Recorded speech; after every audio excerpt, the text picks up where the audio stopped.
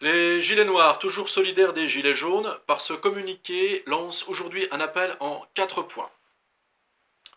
Premièrement, nous félicitons le jeune homme très maquillé aux ongles manucurés qui vient de gagner le premier prix d'élocution et d'interprétation mélodramatique lundi dernier, et nous félicitons par la même occasion sa professeure de français qui anime le club de théâtre amateur où il excelle au lycée d'Amiens. Toutefois, nous déplorons que les grandes chaînes télévisées aient relayé ce numéro de Radio Crochet à une heure où chacun attendait l'annonce par le gouvernement de propositions enfin constructives. L'abolition du travail salarié, l'expropriation de la bourgeoisie, la collectivisation des usines et ce que nous attendions tous, la réforme de l'entrée dans la gendarmerie conditionnée maintenant par l'obtention d'un Master 2 en philosophie morale et politique.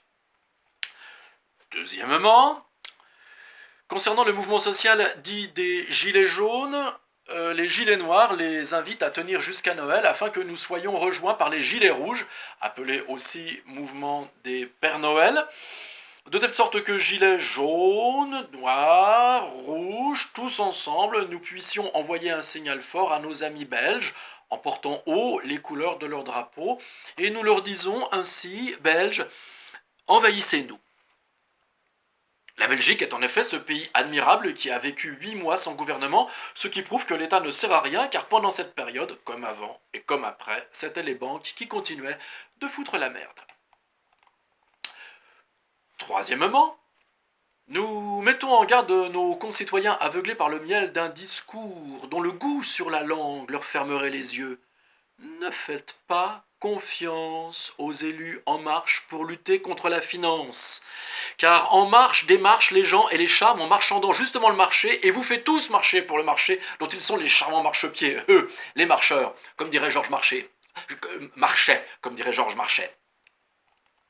Mais tout n'est pas dit, et c'est le 4e point que nous voulons aborder dans cet appel, une fois la France belgifiée.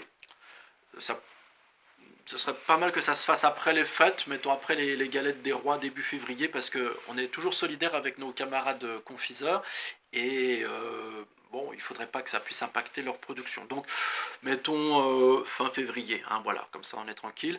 Une fois donc la France belgifiée, une fois l'État aboli, une fois les banques pillées, il sera grand temps de passer à l'ultime réforme, celle pour laquelle nous lançons cet appel aujourd'hui, car il est temps, mes chers camarades, de réformer l'esthétique capillaire de toutes les femmes françaises.